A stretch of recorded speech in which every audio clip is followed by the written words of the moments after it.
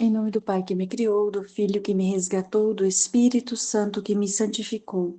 Divina vontade, reina na minha vontade. Ó minha mãe, eu te amo e tu me amas. Dai-me um gole da vontade divina, minha alma. Me abençoa, Mãe, para que todas as minhas ações sejam feitas diante dos vossos olhos maternais. Amém.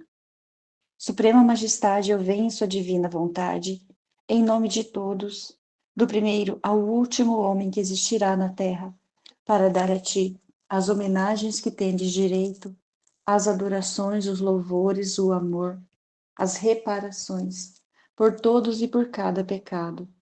Vem o Senhor na sua divina vontade, dou-te a minha vontade humana por meio do Imaculado Coração de Maria, que possui todos os dons e os frutos da divina vontade. Dai-me, Senhor, então a tua divina vontade. Vem, ó divina vontade, nesta ação que eu estou a fazer e em todas as ações que eu farei durante este dia. Amém. Fiat. Vinde, Espírito Santo, vinde por meio da poderosa intercessão do Imaculado Coração de Maria, vossa amadíssima esposa, nossa mãe. Amém. Vinde, Espírito Santo, vinde por meio da poderosa intercessão do Imaculado Coração de Maria, vossa amadíssima esposa e nossa mãe. Amém. Vinde, Espírito Santo, vinde por meio da poderosa intercessão do Imaculado Coração de Maria, vossa amadíssima esposa e nossa mãe. Amém. Continuando a leitura do Livro do Céu, volume 3, capítulo 75. O amor e a graça penetram nas profundezas do ser do homem. Esta manhã, sentindo-me mais do que nunca afligida pela privação do meu sumo bem, assim que me fez ver, disse-me: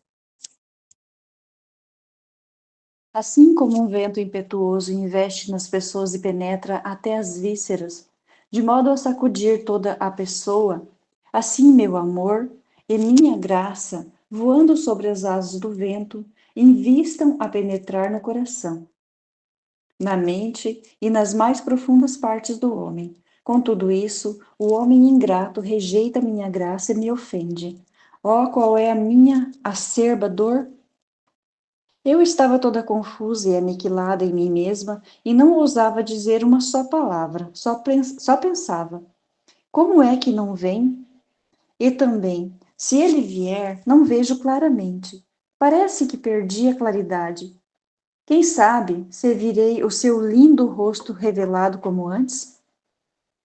Enquanto assim pensava, meu benigno Jesus acrescentou: minha filha, por que temes? Se teu estado está nos céus, pela união de nossos querer, e querendo me animar e compadecer, meu estado doloroso me disse: tu és o meu novo Jó. Não te oprimas, não te oprimas muito, se não me vês com clareza. Disse-te desde outro dia que não venho como é habitual, porque quero castigar as nações. E se tu me visses com clareza, compreenderias o que eu estou fazendo. O teu coração, como recebeu o enxerto do meu, por isso sei o que tu virias a sofrer. Como meu coração está a sofrer, porque sou forçado a punir as minhas criaturas. Então, para poupar-lhe essas dores, eu não me faço ver com clareza.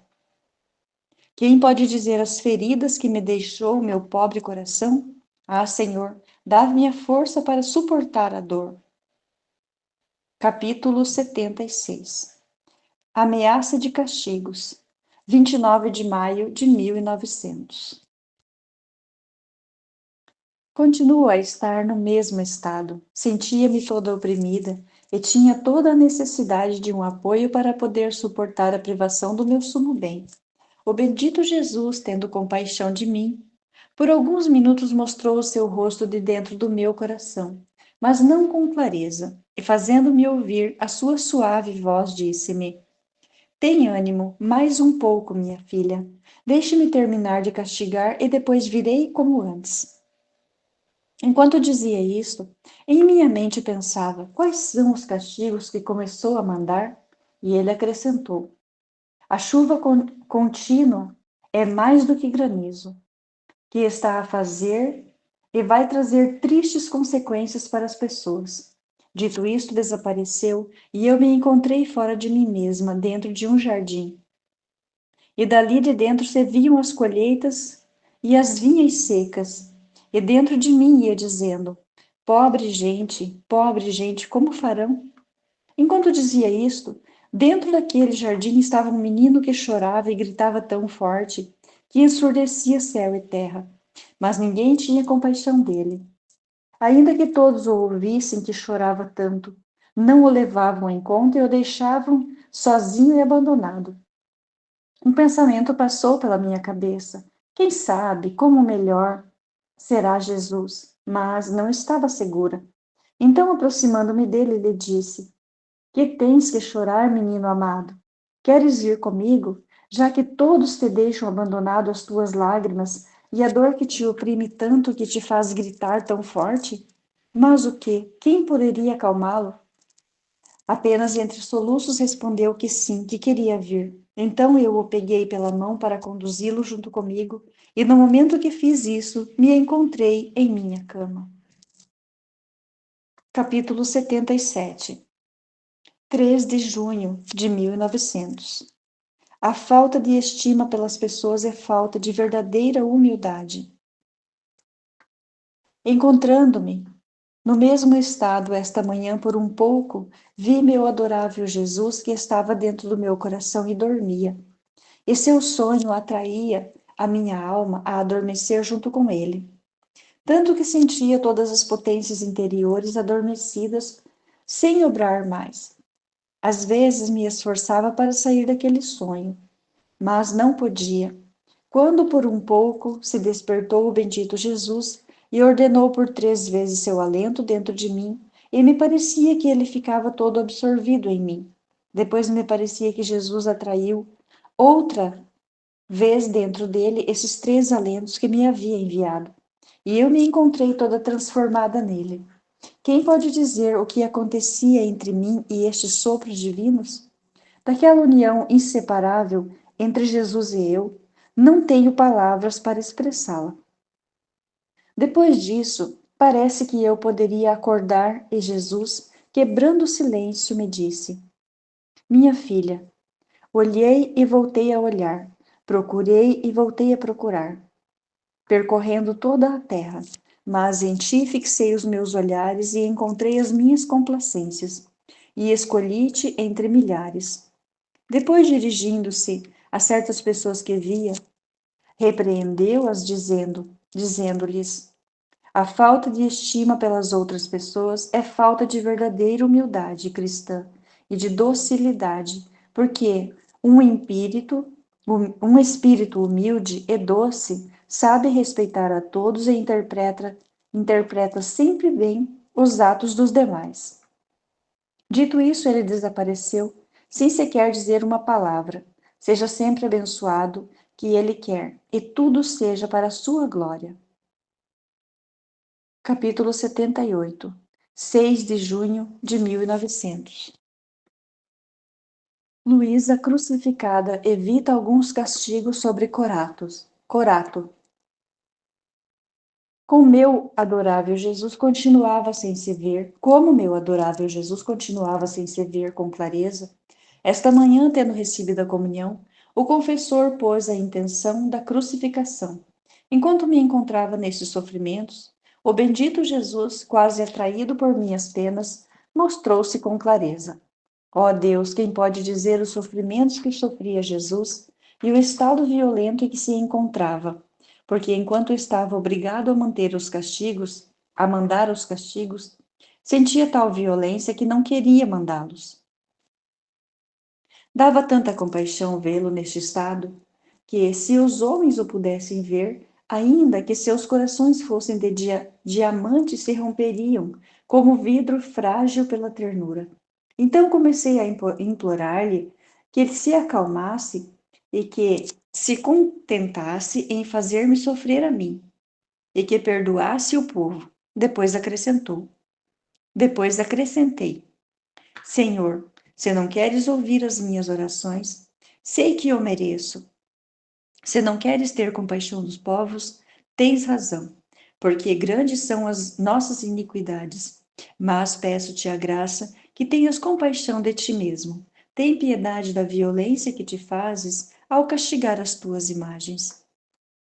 Ah, sim, te peço por amor de ti mesmo, que não mande castigos até chegar a tirar o pão dos seus filhos e fazê-los perecer. Ah, não, não é da natureza do seu coração agir deste modo. Por isso, é a violência que sentes, que se pudesse te daria a morte. E ele, todo aflito, me disse: Minha filha, é a justiça que me faz violência, e o amor que tenho pelos homens me faz violência mais forte, tanto que pôr meu coração em angústias de morte ao castigar as criaturas. E eu, por isso, Senhor, descarrega sobre mim a justiça, e teu amor não será mais violentado pela justiça, e não se encontrará em conflito para castigar as nações. Porque, em verdade, como farão se tu agires? Como me fazes compreender, secando tudo, e o que serve de alimento ao homem? Ah, peço-te, deixa-me sofrer e perdoa-lhes a eles, senão em tudo, pelo menos em parte. E Jesus, como se fosse obrigado pelas minhas orações, aproximou-se da minha boca e derramou da sua um pouco da amargura, densa e nauseante, que assim que a engoli, me produziu tais e tantas espécies de penas que me sentia morrer. Então o bendito Jesus, sustentando-me nessas penas, caso contrário teria ficado vítima, eu todavia não haveria derramado mais que um pouco. O que será do seu coração adorável, que tanto continha?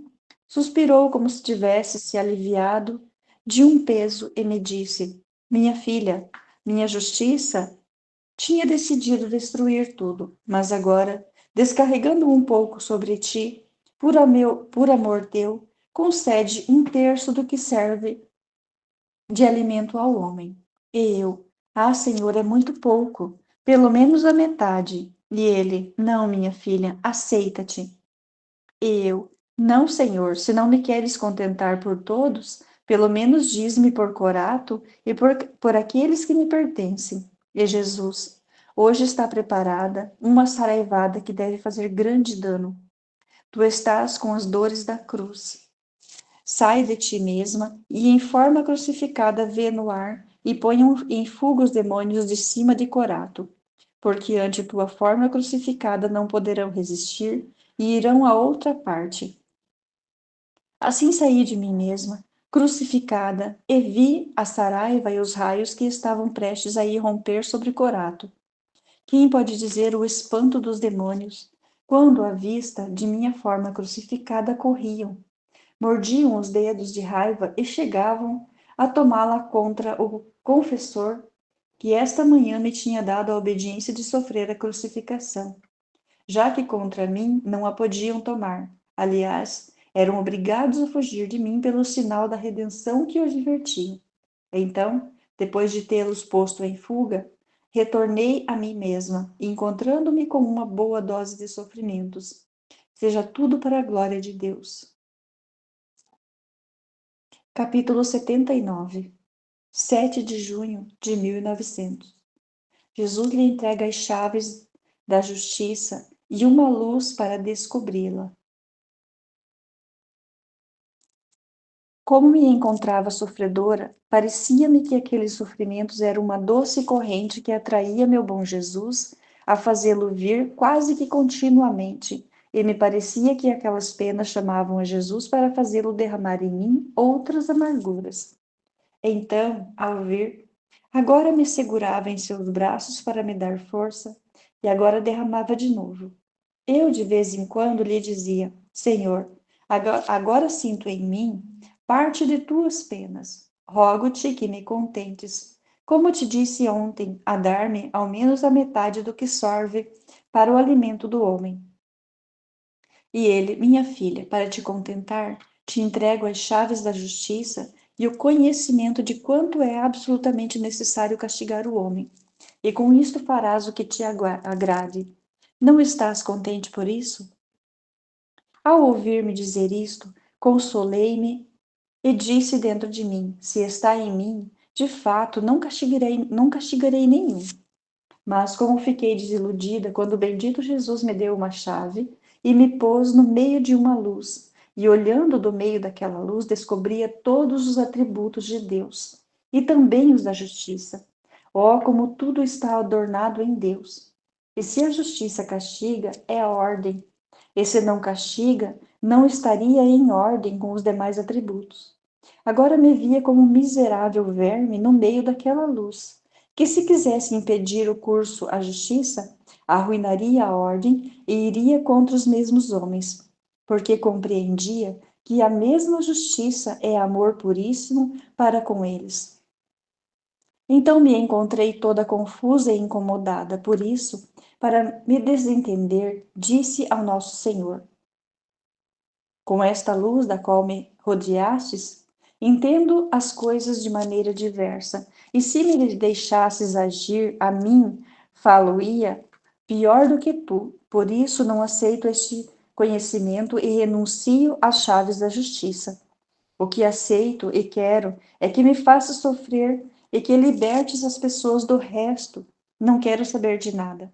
E Jesus, sorrindo diante de mim, disse-me: como? Tão logo queres te afastar, não querendo conhecer nenhuma razão e querer fazer-me violência mais forte?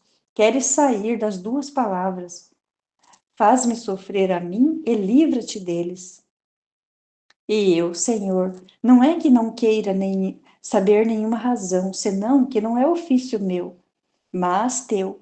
Meu ofício é de ser vítima, por isso, tu faz teu ofício e eu faço o meu, não é verdade, meu amado Jesus?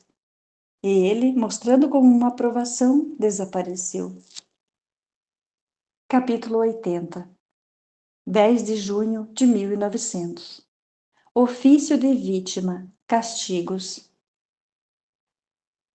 Parece-me que meu adorável Jesus continua a dividir em dois a justiça, derramando um pouco de mim e o resto nas pessoas. Esta manhã, especialmente, quando me encontrei com Jesus, me destroçava a alma ao ver a tortura do seu docíssimo coração ao castigar as criaturas. Era tanto o estado sofredor no qual se encontrava que não fazia outra coisa que emitir contínuos gemidos. Tinha na cabeça uma tupida coroa de espinhos, toda encarnada, tanto que a cabeça parecia um conjunto de espinhos. Então, para aliviá-lo um pouco, eu disse-lhe: diz-me, meu bem, o que é que tens que estás a sofrer tanto? Permite-me que tire estes espinhos que não tão pouco te atormentam. Mas Jesus não me respondia. Aliás, nem sequer escutava o que eu dizia. Então me pus a remover aqueles espinhos, um por um, e depois as pus sobre minha cabeça. Agora, enquanto fazia isso, vi que em lugares longínquos devia acontecer um terremoto que faria a matança de pessoas. Depois Jesus desapareceu e eu retornei em mim mesma, mas com uma suma aflição minha, ao pensar no estado sofredor de Jesus e nas desgraças da miserável humanidade. Capítulo 81. 12 de junho de 1900. A obediência a faz pedir a Jesus que a faça sofrer para impedir os castigos. Esta manhã, ao vir o meu amável Jesus, comecei a dizer: Senhor, o que fazes? Parece que estás a ir longe demais com a justiça. E enquanto queria continuar a falar para desculpar as misérias humanas, Jesus impôs-me silêncio, dizendo-me: cala-te. Se queres que me entretenha contigo, vem beijar-me e curar-me com as tuas habituais adorações todos os meus membros sofredores. Assim comecei pela cabeça, e depois, pouco a pouco, pelos outros membros. Oh, quantas chagas profundas tinha aquele corpo sacrossanto, que só olhá-las dava horror. Então, não apenas tinha terminado, desapareceu, deixando-me com um pouquíssimo sofrimento e com um temor. Quem sabe como se derramará sobre as nações, porque não se dignou derramar sobre mim as suas amarguras. Pouco depois veio o confessor e disse-lhe o anterior. E ele disse-me que hoje, por obediência absoluta, quando fizer a meditação, deves pedir-lhe que te faça sofrer a crucificação e que deixe de mandar os flagelos. Então, quando fiz a meditação, assim que se fez ver, lhe roguei de acordo com a obediência recebida. Mas não me pôs atenção. E mais, agora se fazia ver que virava as costas às pessoas. Agora que dormia para não ser importunado por mim. E que sei eu, me sentia morrer, porque não se preocupava em me fazer a obediência. Então tomei coragem e, pondo toda a confiança na santa obediência, o tomei por um braço e, movendo-o para despertá-lo, eu lhe disse: Senhor, que fazes? Este é o amor que tens pela tua virtude predileta da obediência? Estes são os elogios que lhe deram tantas vezes? Estas são as honras que lhe concedeste? Até dizer que te sentes abalado e não podes resistir à virtude da obediência? E sentes-te cativado pela alma que se doa a esta virtude, e agora parece que não te importas de me obedecer? Enquanto isto eu outras coisas dizia, e que me prolongaria demasiado se quisesse escrevê-las, o bendito Jesus sacudiu-se, e como atingido por uma vivência de dor, rompeu em abundante pranto, e soluçando disse: Nem eu quero mandar açoites, é a justiça que me obriga quase à força. Mas tu, com este falar, queres me ferir ao vivo e tocar-me uma fibra muito delicada para mim e muito amada por mim. Tanto que não quis outra honra, nem outro título que o de obediente. E para te fazer ver que não me importe de te fazer obedecer, que tudo o que a justiça me obriga a não fazer, te compartilho, em parte, as dores da cruz. Enquanto fazia isto, desapareceu, deixando-me contente por me fez obedecer. Porque me fez obedecer e com um desgosto na alma, como se tivesse sido causa de fazer chorar ao Senhor, com o meu falar. Ah, Senhor, peço-me que me perdoe. Capítulo 82, 14 de junho de 1900. Efeitos da cruz. Encontrando-me, não pouco sofredor, meu adorável Jesus, ao vir todo, me compadecia e me disse: Minha filha, o que tens que sofres tanto? Deixe-me aliviar um pouco. Mas Jesus estava mais sofredor que eu. Assim me deu um beijo, e como estava crucificado, me atraiu fora de mim mesma, e pôs minhas mãos nas suas, meus pés nos seus, minha cabeça apoiada sobre a sua nobre, e a sua sobre a minha.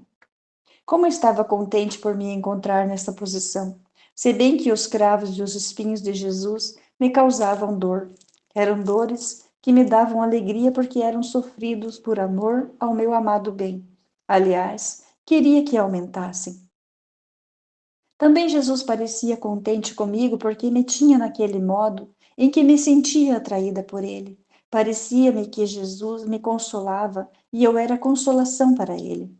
Então, nesta posição, saímos fora, e tendo encontrado o confessor, em seguida pedi por suas necessidades e disse ao Senhor que se dignasse fazer ouvir ao confessor como é doce e suave sua voz.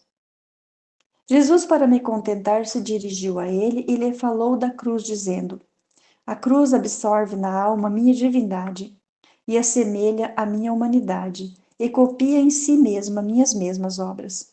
Depois continuamos a girar mais um pouco e, ó, quantas cenas dolorosas que trespassavam a alma de lado a lado. As graves iniquidades dos homens, que nem sequer se curvam perante a justiça. Ao contrário, lançam-se com maior furor, como se quisessem dar duplas feridas por cada ferida.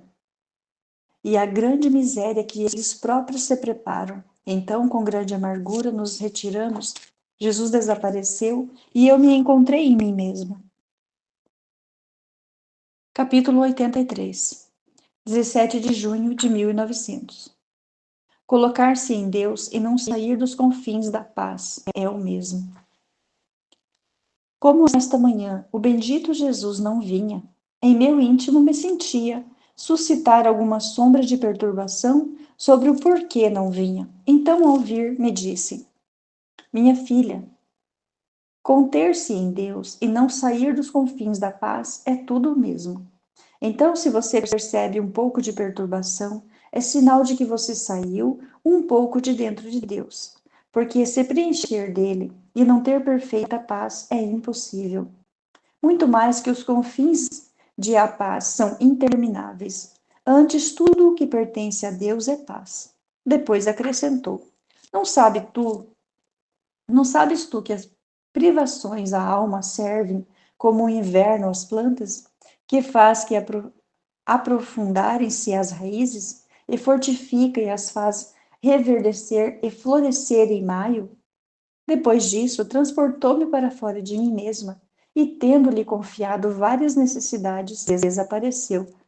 E eu encontrei-me em mim mesma com o desejo de me manter sempre dentro de Deus, a fim de que me pudesse encontrar dentro dos confins da paz. Capítulo 84. 18 de junho de 1900. Tudo que é criado nos ensina o amor de Deus, o corpo chagado de Jesus, o amor do próximo. Jesus continua sem vir, e eu estava de me ocupar em considerar o mistério da flagelação. Enquanto fazia isto, vi o bendito Jesus todo chagado e jorrando sangue, e me disse: Minha filha, o céu, com tudo o criado, te ensina o amor de Deus. Meu corpo chagado te ensina o amor ao próximo. Tanto que minha humanidade unida à minha divindade, de duas naturezas fiz uma só e as tornei inseparáveis. Porque não satisfiz a divina justiça, mas realizei a salvação dos homens. E para fazer com que todos assumissem esta obrigação de amar a Deus e ao próximo, não só fiz disto uma única obrigação, mas cheguei a fazer desta obrigação um preceito divino. Assim, minhas chagas e meu sangue são tantas línguas que ensinam a cada um o modo de amar-se e a obrigação que todos têm de prestar atenção à salvação dos demais. Depois, tomando um aspecto mais aflito, acrescentou: Que tirano impiedoso é para mim o amor, porque não só empreguei todo o curso de minha vida mortal em contínuos sacrifícios, até morrer sangrando sobre uma cruz, senão que me deixei como vítima perene no sacramento da Eucaristia. E não só isto, mas a todos os meus membros prediletos tenho vítimas viventes em contínuos sofrimentos, empenhados na salvação dos homens. Como entre tantos escolhi a ti para ter sacrificada por meu e pelos homens. Assim, meu coração não encontra descanso nem repouso, se não encontrar o homem. E o homem, como é que me corresponde? Com ingratidões enormes. Dito isto, ele desapareceu,